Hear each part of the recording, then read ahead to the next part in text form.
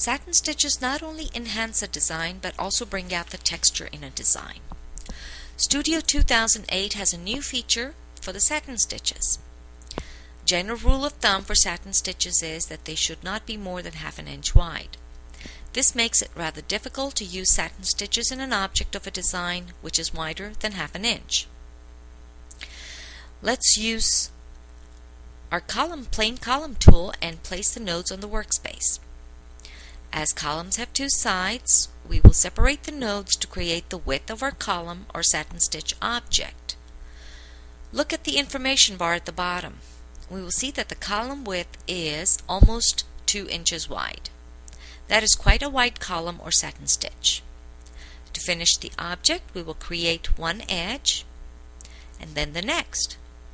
Go ahead and finish the object. The Object Inspector window shows us that we have a satin column object. Generate the stitches. Voila! You have a design. Or do you? What we're seeing on the screen is a narrow satin stitch at the top and bottom with open zigzag type stitches in the middle. Definitely not satin stitches. Actually, what you're seeing as zigzag in the middle is the underlay with the top stitches completely missing. Let's have a look at the parameters. Embird 2008 has come up with a new addition to the samples of column stitches. It is called the wide satin. Normally, a satin stitch is formed using a tight zigzag, which creates the satin effect.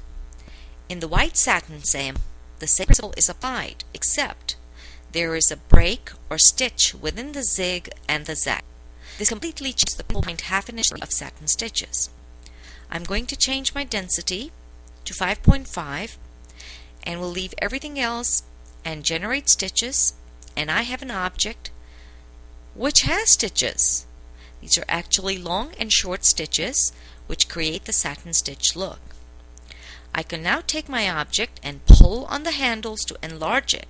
And guess what? My object still generates stitches. Create objects and test out the new white satin.